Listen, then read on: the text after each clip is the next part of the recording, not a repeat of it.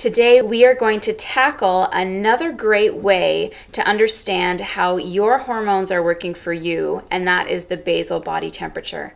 I just made a video on the basics of the female menstrual cycle, which I encourage you to go watch either before or after this video.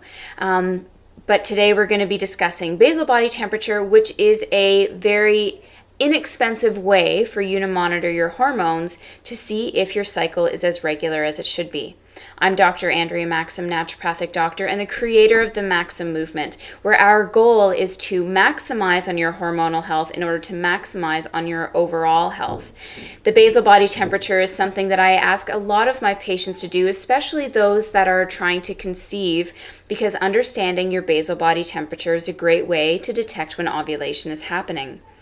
So with the basal body temperature, all I ask you to do is grab a good quality thermometer, whether digital or an old mercury thermometer, and you just leave it by your bed so that every morning before you wake up, don't even move a muscle, just reach up, grab that thermometer, put it under your tongue, and allow it to take time to either beep or get to that consistent level.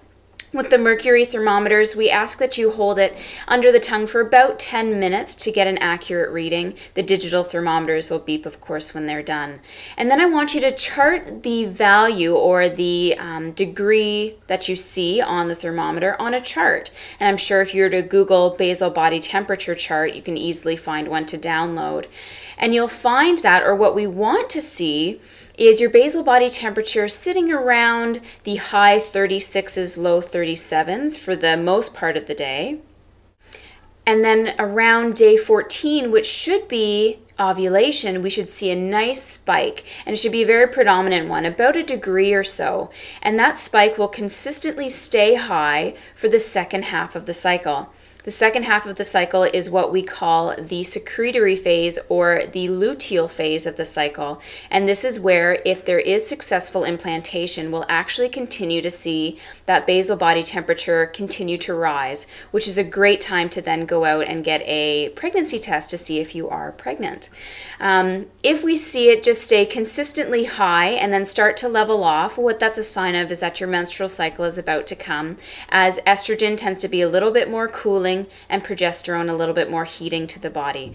So this is a really easy way for you to track how your cycle is working on both the first phase and the second phase. Again, watch that video that I put out to understand what the two phases are. What I see is most of my patients fall below that 36.5 degrees. And this could be a sign of hypothyroidism.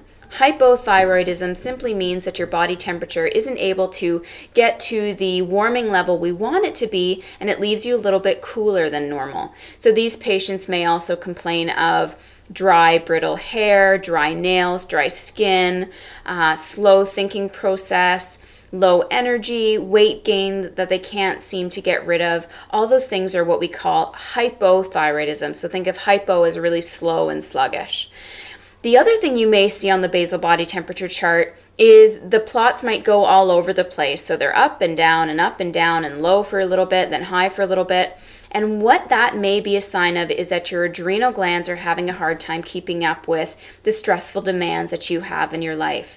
If that's the case, certainly getting the adrenal glands under wraps is very important. Again, I've made some videos on, stick it to stress and how to treat the adrenals in the Maximize Your Hormones playlist, which I certainly encourage you to go check out.